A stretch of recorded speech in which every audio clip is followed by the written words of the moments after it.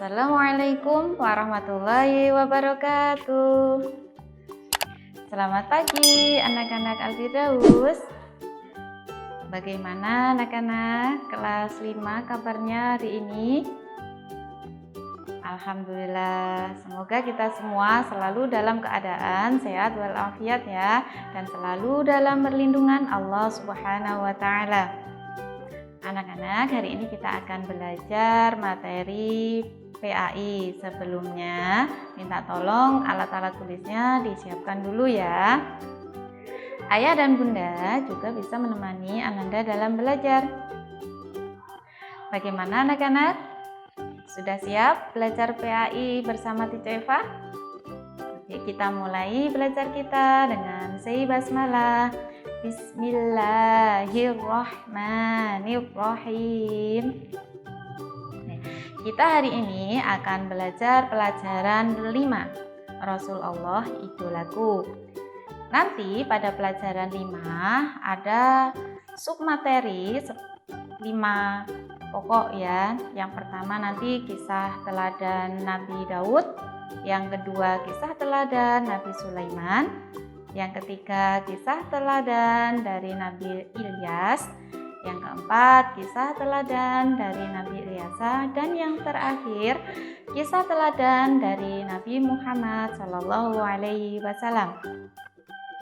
Kita ke materi yang pertama, yaitu tentang kisah teladan Nabi Daud alaihissalam. Nabi Daud berasal dari Bani Israel, khususnya berasal dari golongan Sibit Yahuda. Dan Nabi Daud merupakan keturunan ke-12 dari Nabi Ibrahim alaihissalam. Ayah beliau bernama Isya bin Wa'id. Nabi Daud hidup pada masa Raja Talut, yaitu raja yang beriman kepada Allah, dan Raja Jalut. Ini raja yang tidak mau beriman kepada Allah, atau nama lainnya kafir. Saat terjadi peperangan antara Raja Talut dan Raja Jalut, peperangan tersebut dimenangkan oleh Raja Talut, yang mana Nabi Daud merupakan salah satu dari tentaranya. Setelah Raja Talut wafat, kemudian Nabi Daud alaihissalam menggantikannya sebagai raja. Dan Nabi Daud menjadi raja selama kurang lebih 40 tahun. Nabi Daud alaihissalam merupakan seorang hamba yang sangat taat kepada Allah Subhanahu wa taala. Misalnya dalam hal sholat, puasa. Nah, puasa Nabi Daud ini, beliau puasanya sehari puasa, sehari berbuka, yang biasanya dikenal dengan puasa Nabi Daud. Kemudian Allah Subhanahu wa taala mengangkatnya menjadi rasul atau utusan Allah dengan memberi keistimewaan. Antara lain, yang pertama, Nabi Daud memiliki mukjizat berupa kitab Zabur. Mukjizat Nabi Daud ini dalam Al-Quran dikisahkan dalam surat Al-Isra ayat 55. Kemudian yang kedua, keistimewaannya, beliau gemar bertasbih kepada Allah Subhanahu wa taala. Bahkan saat beliau sedang bertasbih, gunung-gunung, burung-burung pun juga ikut bertasbih mengikuti tasbihnya Nabi Daud. Kemudian yang ketiga, Nabi Daud dapat melunakkan besi tanpa menggunakan alat apapun. Kemudian terus Nabi Daud menciptakan baju besi sebagai baju perang. Ini dalam Al-Quran diceritakan di dalam surat Saba ayat 10 sampai 11. Kemudian juga ada di dalam surat Al-Anbiya ayat 80. Kemudian keistimewaan yang keempat, Nabi Daud memiliki suara yang bagus dan merdu. Dan yang kelima, beliau gemar berpuasa. Nah, bagaimana anak-anak? Sudah paham? Kita lanjutkan ke materi berikutnya, yang kedua, yaitu tentang kisah teladan dari Nabi Sulaiman alaihi salam. Nabi Sulaiman merupakan putra dari Nabi Daud alaihi salam dan keturunan ke-13 dari Nabi Ibrahim. Nabi Sulaiman menjadi raja karena menggantikan ayahnya yang telah wafat. Nabi Sulaiman memiliki beberapa keistimewaan, antara lain, yang pertama, beliau merupakan raja yang memerintah golongan manusia, hewan, angin, dan jin.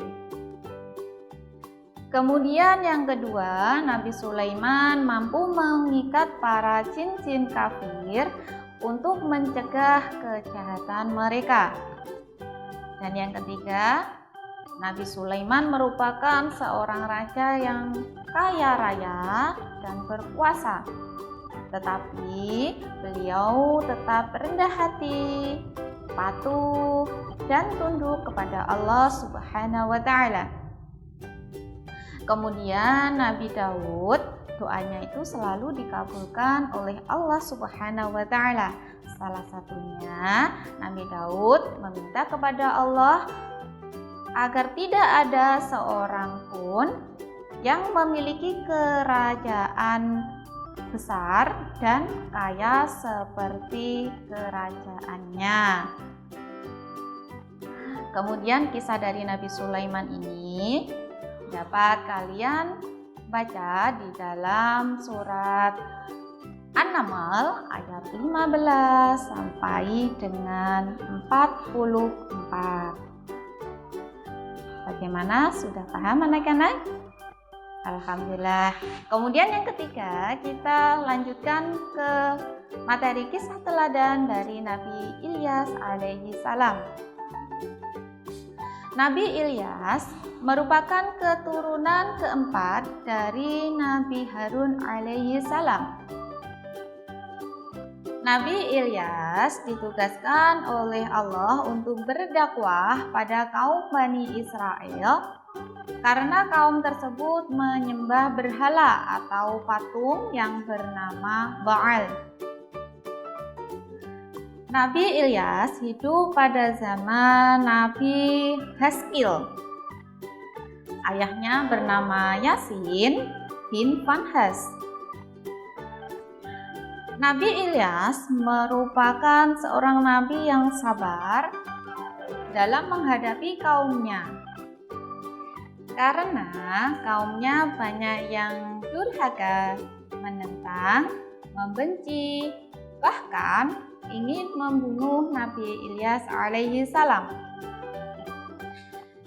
Sehingga Nabi Ilyas bersembunyi di dalam gua selama 10 tahun untuk menghindari kejaran dari orang-orang kafir atau orang-orang dari Bani Israel yang tidak mau beriman. Karena kedurhakaan dari kaum Bani Israel tersebut, Allah menurunkan musibah, yaitu berupa kekeringan selama 3 tahun, sehingga mengakibatkan tanaman dan binatang banyak yang mati. Kemudian para penduduk juga banyak yang kelaparan. Kaum Bani Israel tersebut kemudian sadar. Setelah itu, karena kaumnya sadar, Nabi Ilyas alaihissalam berdoa, meminta kepada Allah agar musibah tersebut berhenti.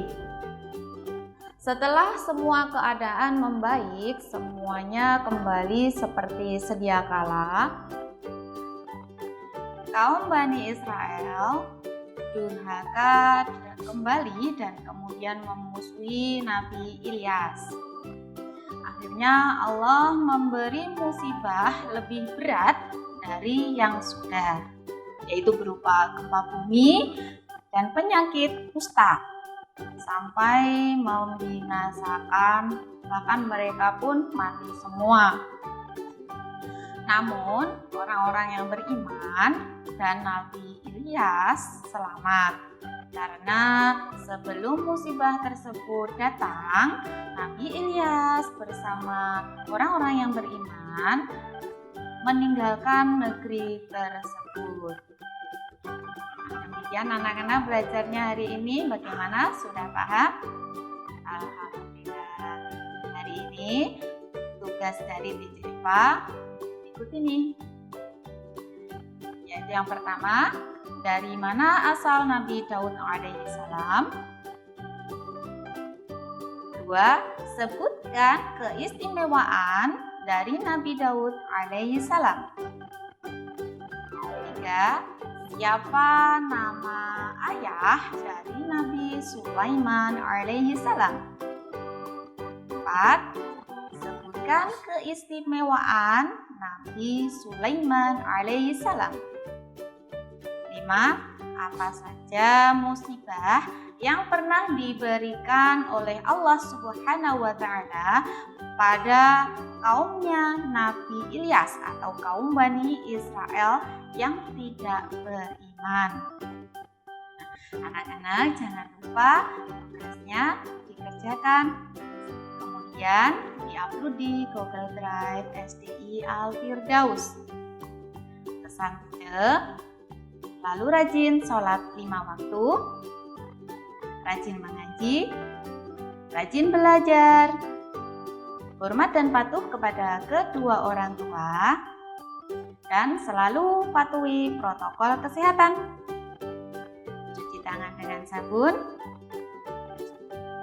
keluar rumah dengan menggunakan masker, jaga jarak 1 meter, dan jangan keluar rumah apabila tidak berkepentingan.